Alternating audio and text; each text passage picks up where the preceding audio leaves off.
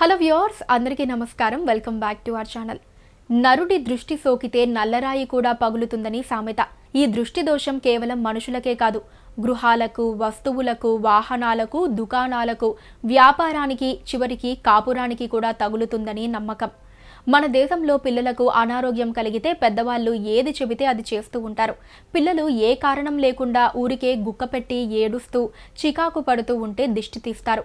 ఇరుగు దిష్టి, పొరుగు దిష్టి, తల్లి దిష్టి, ఇంట్లో వాళ్ళ దిష్టి, ఊళ్ళో వాళ్ళ దిష్టి అని చివరగా మనకు ఫలానా వారి దృష్టి తగిలిందని అనుమానంగా ఉన్న వారి పేరు తలుచుకొని ఉప్పు, మిరపకాయలతో దిష్టి తీస్తారు. దిష్టి తీసిన వాటిని ఎవరైనా తొక్కితే ఆ దోషం వారికి తగులుతుందని నమ్మకం. అందుకే వాటిని నిప్పులో గాని, ఎవరూ నడవని ప్రదేశాల్లో పడేయాలని పెద్దలు చెప్తారు. దృష్టి దోషం పిల్లలకే కాదు, పెద్దలకి కూడా తగులుతుంది. అప్పుడు వారు పని పట్ల శ్రద్ధ చూపలేరు. ఏవేవో విషయాల గురించి ఆలోచిస్తారు, వింతగా ప్రవర్తిస్తారు. విద్యార్థులకైతే చదువు మీద శ్రద్ధ తగ్గిపోతుంది. వాహనాలకు దృష్టి దోషం తగిలితే ప్రమాదాలకు గురవుతాయి. భోజనం చేసేటప్పుడు ఎవరైనా తదేకంగా చూస్తే వారి ఆకలి తగ్గిపోతుంది. తిన్నది వంటబట్టదు, అజీర్తి కలుగుతుంది. అందుకే ఎప్పుడైనా ఎవరి గురించైనా మెచ్చుకునేటప్పుడు దేవుని కూడా కలుపుకుంటూ ఉండాలి. ఉదాహరణకు, దేవుడి దయ వల్ల మీ బాబు లేదా పాప చాలా ముద్దుగా ఉన్నారనో, లేదా భగవంతుడి దయ వల్ల మీకు చక్కటి ఇల్లు లేదా వాహనం అమరిందనో అనటం వల్ల అందులోని కీడు భగవంతునికే పోతుంది. భగవంతుడు కూడా దృష్టి దోషం నుంచి తప్పించుకోలేడు. అది తొలగించేందుకే ఆలయంలో పూజారులు హారతులు ఇవ్వటం, గుమ్మడికాయలు పగలగొట్టడం, నివేదన చేసే ముందు తెరను అడ్డుగా ఉంచటం వంటివి చేస్తూ ఉంటారు. దృష్టి దోషం తగలకుండా ఉండాలంటే ప్రతిరోజు నిద్రలేవగానే పెద్దల ఆశీస్సులు తీసుకోవాలి. దానివల్ల ఆ రోజంతా దృష్టి దోషం పడకుండా ఉంటుంది. ఒకవేళ ప్రతిరోజు ఆ విధంగా చేయటం కుదరకపోతే కనీసం మంచి దుస్తులు ధరించినప్పుడు లేదా ప్రత్యేకంగా అలంకరించుకున్నప్పుడు ఆలయానికి వెళ్ళి భగవంతుని ఆశీస్సులు తీసుకోవటం శుభప్రదం. భోజనం చేసేటప్పుడు హఠాత్తుగా ఎవరైనా వస్తే వారిని కూడా భోజనానికి కూర్చోమని చెప్పాలి, లేదా వారికి కనీసం ఏదైనా పండో పానీయమో ఇవ్వాలి. మన సంప్రదాయం ప్రకారం విస్తరిలో లేదా పల్లెంలో భోజనం వడ్డించుకున్న తర్వాత మొదటి ముద్ద తీసి కాకికి వేయటం, లేదా భగవంతుణ్ణి తలుచుకొని కన్నులకు అద్దుకొని తినటం దృష్టి దోష నివారణ కోసమే. మనం కూడా ఆ పద్ధతిని పాటించటం మంచిది. మీ ఇంట్లో ఇలాంటి పరిస్థితి ఎదురైతే దృష్టి దోషం పోవటానికి కొన్ని సూచనలు పాటిస్తే మేలు జరుగుతుంది. పిల్లలు నిద్రలో ఉలిక్కిపడి ఏడుస్తూ ఉంటే గుప్పెడు ఎండుమిరపకాయలను వారి తలపై నుంచి 3 సార్లు దిగదుడిచి నిప్పుల్లో పడేస్తే ఆ దోషం పోతుంది. వారు హాయిగా నిద్రపోతారు. కర్పూరం బిళ్ళను వారి చుట్టూ తిప్పి దానిని వెలిగించిన దుష్ప్రభావం తొలగిపోతుంది. పిల్లలకు బుగ్గన చుక్క పెట్టటం, నుదుటన అగరుతో బొట్టు పెట్టటం, మొలతాడు కట్టటం, మెడలో ఆంజనేయ స్వామి లేదా ఇతర దేవతా మూర్తుల ప్రతిమలను కట్టటం చెడు దృష్టి సోకకుండా ఉండటానికే. మీ ఇంటికి దృష్టి దోషం తగలకుండా ఉండాలంటే ఇంటి ముందు గుమ్మడికాయను కానీ, ఎర్రగుడ్డలో పటికని కానీ కట్టాలి, లేదా కలబంద మొక్కను వ్రేలాడ తీయటం వలన కూడా దృష్టి దోషం తగలదు. కొత్తగా కొన్న వాహనాలకి నిమ్మకాయలు కట్టటం, గుళ్ళో పూజ చేయించటం ద్వారా దోషం పోతుంది. కొత్త దుస్తులు ధరించబోయే ముందు అందులో నుంచి ఒక దారం పోగు తీసి నిప్పులో పడేయాలి, లేదా ఆ వస్త్రం మూల కాటుకతో చుక్క పెట్టాలి. పసిపిల్లలు అకారణంగా గుక్కపట్టి ఏడుస్తూ ఉంటే పాలు లేదా వారు తినే ఆహార పదార్థాన్ని 7 మార్లు దిగదుడిచి దానిని కుక్కకు తినిపించాలి. అపరిచితులతో లేదా పరిచయస్తులతో ఎవరితోనైనా సరే తమ గురించి గొప్పలు చెప్పుకోకూడదు. బంధుమిత్రులతో తమ వైభవాన్ని గురించి తరచూ ప్రశంసించుకోకూడదు.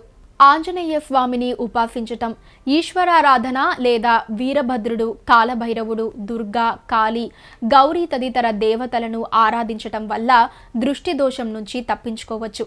సంధ్యా సమయంలో దీపం పెట్టటం, అగరబత్తులు వెలిగించటం, సాంబ్రాణి ధూపం వేయటం వల్ల దృష్టి దోష నివారణ జరుగుతుంది. దృష్టి దోషం తగిలిన వారు పరధ్యానంగా ఉండటం, చికాకు పడటం, అనవసరంగా ఏడవటం లేదా నవ్వటం, దేని మీద దృష్టి నిలపలేకపోవటం వంటి లక్షణాలు కనిపిస్తే దృష్టి దోషం తగిలినట్లుగా భావించవచ్చు. అది తొలగేందుకు వారి చేత ఆంజనేయ స్వామి గుడి చుట్టూ 11 రోజుల పాటు ప్రదక్షిణలు చేయించాలి. ఇంటిలో సుందరాకాండ పారాయణ చేయాలి, లేదా లేదా చేయించాలి.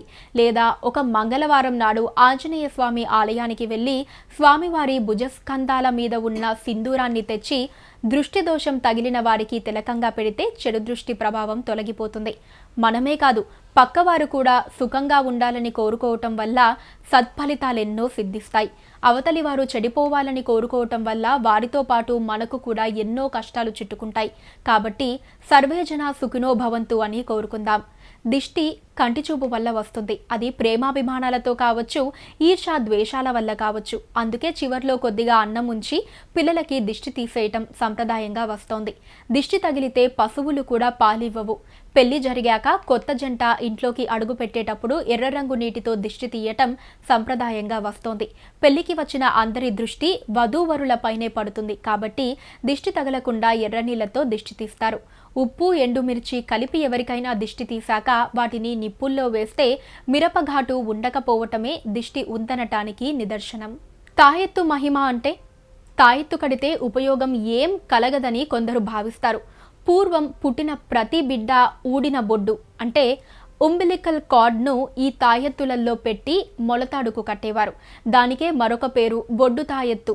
మందులు లేని, వైద్యానికి అందని ఎన్నో రోగాలు ఈ బొడ్డుని అరగతీసి నాకిస్తే తగ్గేవి. ఎవరి బొడ్డు వారికే పనికొచ్చేది కనుక దాన్ని వారికి అందుబాటులో ఉంచటం కోసం చాలా తేలికైన ఖర్చులేని పని ఒక తాయెత్తు చేసి దానిలో పెట్టి ఎవరి బొడ్డుని వారి మొలకే కట్టేవారు. స్తోమత ఉన్నవారు వెండి తాయెత్తులు చేయించుకునేవారు. లేనివారు ఏ రాగివో వాడుకునేవారు. ఏ మందుకు తగ్గని వ్యాధి ఎలా తగ్గిందంటే తాయెత్తు మహిమ అనేవారు. ఈ తాయెత్తు మహిమ అనే పదానికి అసలైన అర్థం ఇదే. ఆధునిక వైద్యులు ఈ స్టెమ్ సెల్స్, క్యాన్సర్, జుట్టు ఊడిపోవటం, కిడ్నీ, రక్త సంబంధ వ్యాధులు, ఎముకల సమస్యలకి ఇలా ఎన్నో అంతుబట్టని ఒక పట్టాన తగ్గని రోగాలకు కూడా పనిచేస్తుందని వారి పరిశోధనలో నిరూపించబడింది. అందుకే వాటిని భద్రపరచడానికి బ్యాంకులు కూడా ఏర్పాటు చేయబడ్డాయి. పూర్వం మందులు లేని ఎన్నో వ్యాధుల నుంచి రక్షణ కలుగుతుందని పెద్దలు ఈ విధంగా తాయెత్తులు కట్టేవారు. సో చూసారు కదా వ్యూవర్స్, ఇలాంటి మరిన్ని విషయాల గురించి తెలుసుకోవాలి అంటే మా ఛానల్ని తప్పకుండా సబ్స్క్రైబ్ చేసుకోండి.